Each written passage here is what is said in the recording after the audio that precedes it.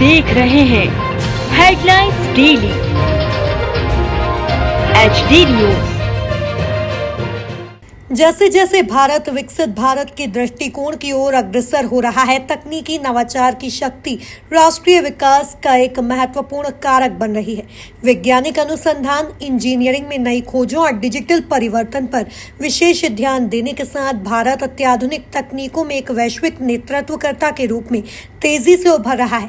शिक्षा और उद्योग की महत्वपूर्ण भूमिका को समझते हुए Indore institute of science and technology IIST को गर्व है कि वह MIT world peace university Pune के सहयोग से advances in cutting edge engineering and technologies पर पहली अंतर्राष्ट्रीय कॉन्फ्रेंस की मेजबानी कर रहा है। आज 22 व 23 फरवरी 2025 को निर्धारित ACET 25 एक अंतर विषयक मंच प्रदान करेगा, जहां शोधकर्ता, शिक्षाविद और उद्योग विशेषज्ञ विज्ञान और प्रौद्योगिकी में नवीनतम प्रगति का अन्वेषण, चर्चा और योगदान कर सकेंगे। ये सम्मेलन वैश्विक सहयोग को बढ़ावा देने और उन अभिनव शोध कार्यों को प्रदर्शित करने का लक्ष्य रखता है जो भारत को एक तकनीकी रूप से आत्मनिर्भर और नवाचार प्रेरित अर्थव्यवस्था में परिवर्तित करने में सहायक होंगे। ACET 25 IIST के लिए एक ऐतिहासिक उपलब्धि है जो राष्ट्रीय और अंतर्राष्ट्रीय संस्थानों के 67 से ज्यादा प्रतिभागियों को एक साथ ला रहा है। यह सम्मेलन 6 विशेष ट्रैकों में विभाजित है, जिनमें से प्रत्येक वैज्ञानिक अनुसंधान, तकनीकी प्रगति और औद्योगिक नवाचार के महत्वपूर्ण क्षेत्रों पर केंद्रित है। इस आयोजन का उद्देश्य शिक्षा और उद्योग के बीच की खाई को पाटना है, जिससे बहुआयामी सहयोग को बढ़ावा मिले और भारत तथा वैश्विक स्तर पर तकनीक प्रेरित प्रगति का भविष्य आकार ले सके।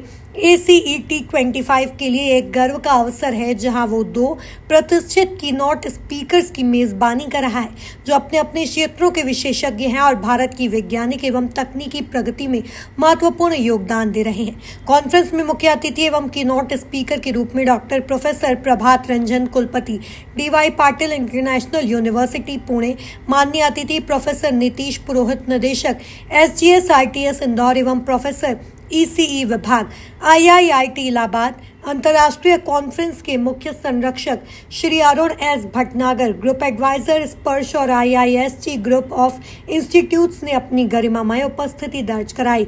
अपने समापन संबोधन में IIST के प्राचार्य श्री केशव पाटीदार ने प्रख्यात वक्ताओं, शोधकर्ताओं और प्रतिभागियों का आभार व्यक्त किया, जिन्होंने ACET 25 को एक शानदार सफलता बताया। उन्होंने MIT world peace university Pune और आयोजन टीम को उनके समर्पण के लिए धन्यवाद दिया।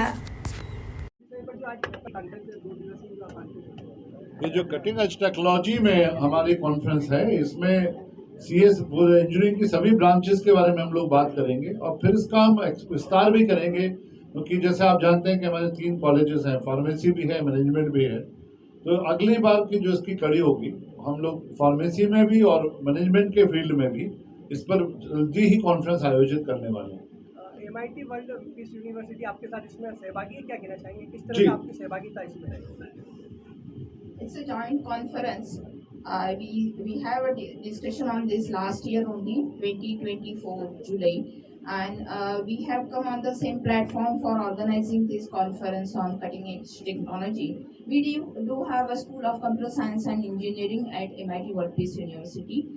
Also, we imbibe the culture of research in the student through the research credits as per NEP. And for those credits, the students are asked to write the research paper with the mentorship of the faculty members.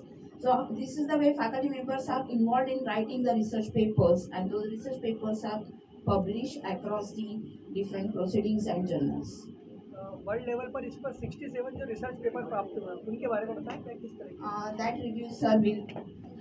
ये हमने इसमें अलग अलग track रखे थे depending upon engineering branch. तो जैसे computer network हो गया, आर्टिफिशियल इंटेलिजेंस हो गया, electronics and communication, electronics and computer science, इसके अलावा IoT, इसके अलावा डाटा साइंस, ये सारे ट्रैक थे जिन पर हमें पेपर्स मिले हैं और उन पेपर को प्रॉपर रिव्यू करने के बाद जो 67 पेपर्स फाइनल रजिस्टर्ड हुए फॉर प्रेजेंटेशन पर्पस। मुख्य स्पीकर्स कौन इस कॉन्फ्रेंस को जो यहाँ पर? ये जो 67 पेपर्स है, ये इंडिया के डिफरेंट पार्ट से है, इवन फ्रॉम अदर कंट्रीज से भी है। तो इसमें मतलब हमने कॉलेज तो स्पेसिफाई नहीं किए हैं। हमारे जो चीफ गेस्ट हैं और जो चेयर्स हैं वो आईआईटी इंदौर से भी हैं, जीएसआईटीएस से भी हैं, इसके अलावा एमआईटी के प्रोफेसर्स हैं। तो ये सारे हमारे चेयर्स एंड को चेयर्स हैं। कुछ इंडस्ट्री से भी लोग हैं जो यहाँ पे इन पेपर्स को इवैल्यूएट करेंगे, और जो पेपर प्रेजेंटर्स हैं वो फैकल्टीज हैं इंडिया के डिफरेंट स्टेट्स से जो यहाँ पे पेपर प्रेजेंट करने आ रहे हैं। और ये जो कॉन्फ्रेंस है ये हाइब्रिड मोड में है। काफ़ी सारे लोग जो है वो ऑनलाइन हमसे जुड़ेंगे और अपने पेपर प्रेजेंट करेंगे। बहुत सारे जो रिसर्च स्कॉलर्स हैं वो भी अपने पेपर्स इसमें प्रेजेंट करने वाले हैं। आज के जो चीफ गेस्ट हैं वो आपको बताइए डॉक्टर प्रभात। आप बताएं ये 2 दिवसीय कॉन्फ्रेंस किस तरह से अंतर्राष्ट्रीय पहली कॉन्फ्रेंस, बहुत महत्वपूर्ण कॉन्फ्रेंस इंदौर में आयोजित हुई है, इसको लेकर क्या कहें? देखिए, ये जरूरी है कि देश के हर एक शहर में ऐसा होना चाहिए जिससे हर एक बच्चे के मन में उत्सुकता जो है, रिसर्च एक उत्सुकता से स्टार्ट होती है। वो उत्सुकता जब स्टार्ट होती है उससे आगे बढ़ते हैं। तो जब तक हम यंग लोगों के पास नहीं जाएंगे तब तक पॉसिबल नहीं है। और मैं बोलना चाहूँ कि लास्ट 1000 साल यदि लें, इंडिया का बेस्ट पीरियड अभी है। और इस पीरियड में भी यंग हमारे लोग हार्ड वर्क करते हैं तो इंडिया एकदम आगे बढ़ जाएगी। और मैंने लंदन में अक्टूबर 23 में कहा था कि by 2047 India will be number 1 economy in the world. उसके लिए बहुत इंपॉर्टेंट है। 2035 का टारगेट क्या है आपके हिसाब से?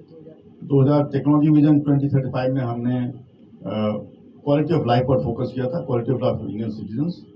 और उसमें हमने 12 प्रियोरिटीज बनाए थे जो कि ह्यूमन लाइफ को इफेक्ट करते हैं, और इंडियन के लाइफ पर फोकस किया था। प्राइम मिनिस्टर ने उसका फॉरवर्ड लिखा, लॉन्च किया। तो इंडिया में जो बहुत सारे काम हो रहे हैं वो उस डॉक्यूमेंट के कारण हो रहे हैं।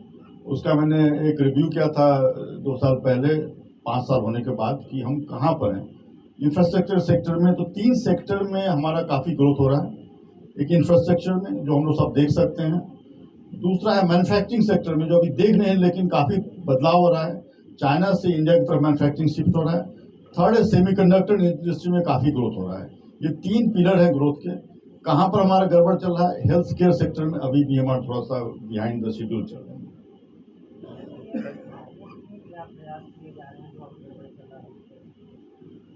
हेल्थ केयर में से मैं एग्जाम्पल दूँ, मैं गवर्नमेंट का भी पार्ट नहीं हूँ इसलिए मैं नहीं कमेंट, लेकिन मैं एज ए आउटसाइडर जो हमने विजुलाइज किया था 2035 में, उसमें हमने कहा था कि average life expectancy by 2035 80 years होना चाहिए। अभी हमको लगा है कि हम 72-73 ईयर्स पर ही 5-7 साल का डिफरेंस रह जाएगा। हमको उसमें और मेहनत की जरूरत है। इन्फेंट मोर्टिलिटी रेट की हमने बात कही थी, चाइल्ड मोर्टिलिटी, मैटरनल मोर्टिलिटी थी, सब में थोड़ा थोड़ा हम लोग पीछे चल रहे हैं। देखिए, जैसे मैंने बताया कि जो कटिंग एज टेक्नोलॉजीज है वो हर क्षेत्र में आ रही है। हर 6 महीने में टेक्नोलॉजी बदल रही है। ये केवल इंजीनियरिंग तक सीमित नहीं है, ये मेडिकल फील्ड में भी है, हर जगह है। चाहे लोगों को प्रोमिनेंट नाम मालूम है एआई का, एआई है, बीसीआई है, क्वांटम कंप्यूटिंग है। आज अभी एक माइक्रोसॉफ्ट ने रिलीज़ किया है एक चिप जिसमें क्यूबिट्स, लाखों क्यूबिट्स इंफॉर्मेशन संग्रहित हो रही है। तो आज क्या हो रहा है कि इन टेक्नोलॉजी के माध्यम से हम अपने कामों को कई गुना अच्छा कर सकते हैं।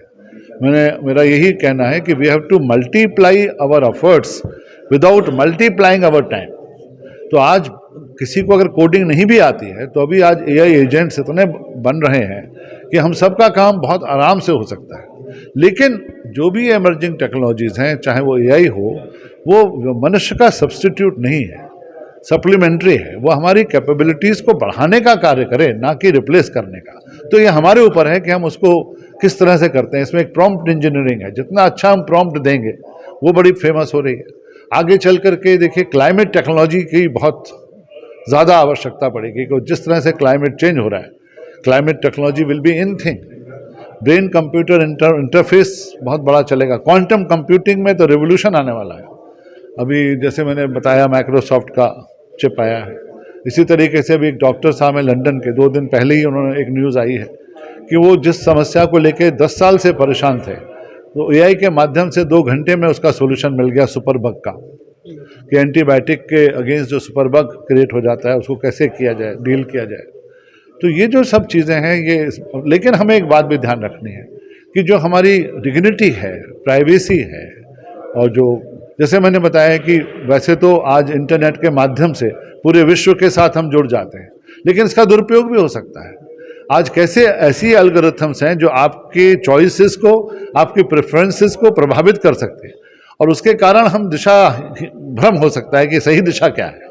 तो हमको ये भी ध्यान रखना होगा कि जो हमारा अपना व्यक्तिगत सोच है वो इससे पथभ्रष्ट ना हो और हमको कोई इन्फ्लुएंस ना कर पाए। MIT वर्ल्ड पीस यूनिवर्सिटी भी आपके साथ इस आयोजन में सहभागी है, क्या कहना चाहेंगे उनको? बिल्कुल, हम उनके बहुत बहुत शुक्रगुजार हैं। उन्होंने हमारे साथ एक जॉइंट कोलैबोरेशन किया और जैसा कि अगले साल फिर हम वहाँ जाएंगे और ये क्रम लगातार चलता रहेगा, क्योंकि जहाँ तक जितने हाथ मिलेंगे उतना अच्छा है, क्योंकि उसकी कोई सीमा नहीं है ज्ञान की।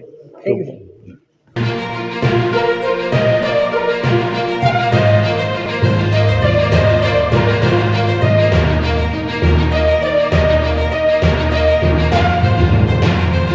आप देख रहे हैं हेडलाइंस डेली HD न्यूज।